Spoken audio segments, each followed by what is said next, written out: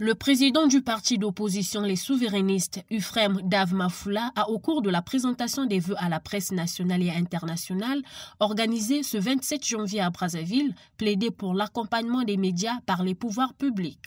En prenant la parole devant vous, dans cette salle, j'ai une pensée particulière pour les médias privés qui, malgré leur volonté de fournir une information fiable et objective dans ce secteur concurrentiel, se retrouvent souvent limités, faute d'un accompagnement conséquent de la part des pouvoirs publics.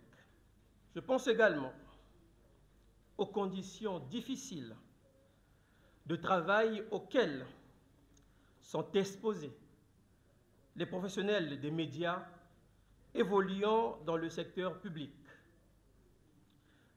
À cela, il faut ajouter les pressions de toute forme qu'ils subissent chaque jour dans l'exercice de leur métier. Il est essentiel de le rappeler.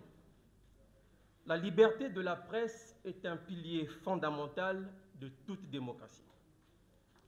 C'est pourquoi il est primordial de la respecter, de la protéger, et son pluralisme doit être encouragé.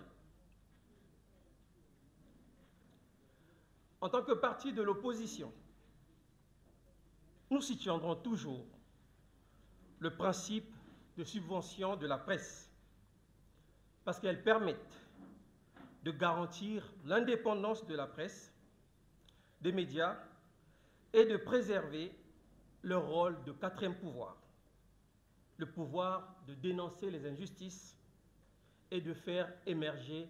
À 2 ans de l'élection présidentielle de 2026, les souverainistes en appellent à la responsabilité des autorités congolaises pour résoudre les maux qui minent le quotidien des citoyens. 3 ans se sont écoulés depuis la réélection du président de la République à la tête de notre pays. 3 longues années durant lesquelles certains de nos compatriotes, avec un peu d'optimisme, ont espéré un changement, une amélioration de notre situation. Mais au lieu de cela, nous avons vu, et nous en sommes témoins, que notre pays sombre dans la détresse. La vérité est que rien ne va dans notre pays, puisque les promesses faites lors de sa campagne électorale par le président n'ont pas été tenues.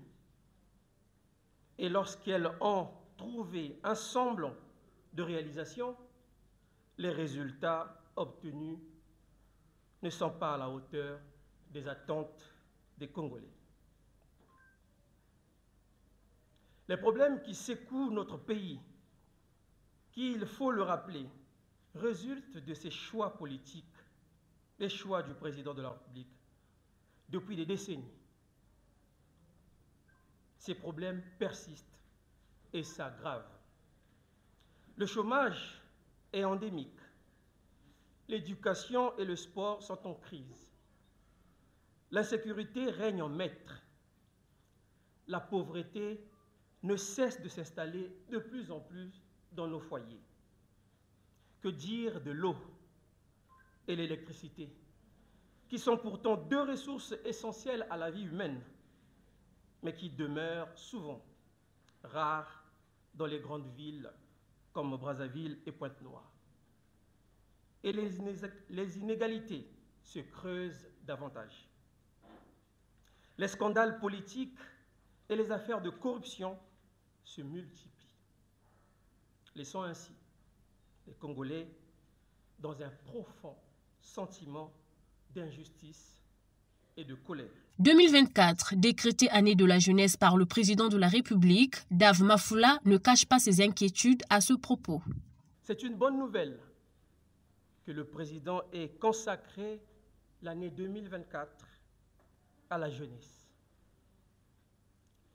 Mais s'il nous faut faire un petit exercice, celui de se replonger dans ces discours refroidis, on sentira tout de suite le goût du réchauffé. C'est à ce stade que se situe ma crainte, parce que le président de la République nous a déjà habitués à des déclarations si souvent bien formulées, mais si rarement respectées et suivies d'actes.